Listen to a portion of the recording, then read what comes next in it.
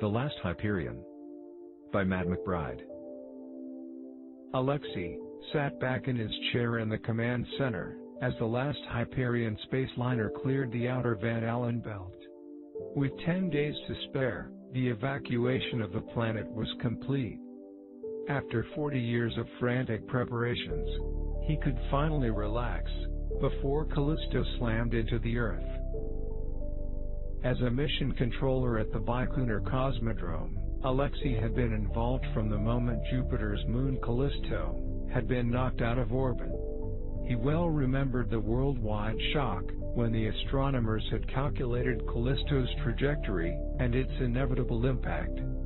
Then, 2 years ago, he'd been asked to make the ultimate sacrifice. Someone had to stay behind to handle the launch procedure of the final spaceliner.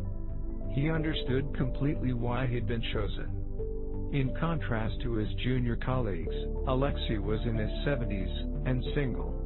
When he'd agreed, he'd been given a medal and a small white pill. Now, for a short time, the world was his alone. He could go wherever he wanted and do whatever he wanted. Several supersonic VTOL flyers, parked at the Cosmodrome, were there for the taking. He was considering spending his remaining days in the warmth of the Caribbean, when a message flashed up on his screen. Human detected by search drone 425. Alexei cursed. He selected the drone's camera. He was astonished to see a woman sitting on a beach, grilling a fish over a small fire. The drone's coordinates brought up a satellite picture of a tiny unnamed island, somewhere in the South China Sea. 4 hours later, Alexei landed a flyer on the island's pristine seashore. The woman watched him stumble across the sand towards her. He judged her to be about his own age, gray-haired but, unlike himself, exceptionally fit. Alexei was the first to speak. "You know you've missed the Last Hyperion?" "I guessed I had. My boat sank 3 weeks ago, with all my equipment." "What were you doing on this island?"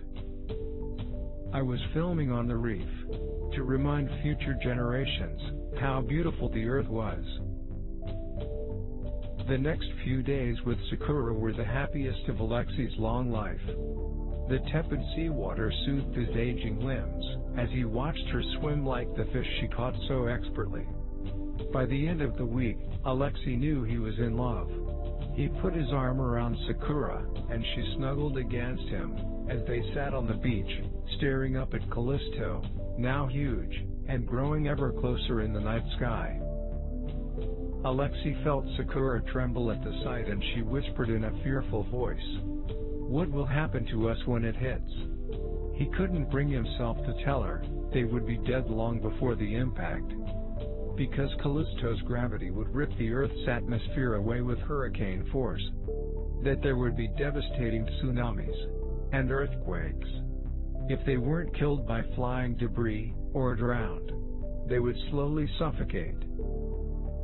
Instead of answering, Alexei retrieved his small white pill. He crumbled it into a plastic cup that Sakura had salvaged from her boat. He filled the cup with spring water and passed it to her. She thanked him softly before drinking. Alexei held her tight, hearing the wind begin to howl, as Sakura drifted quietly into oblivion.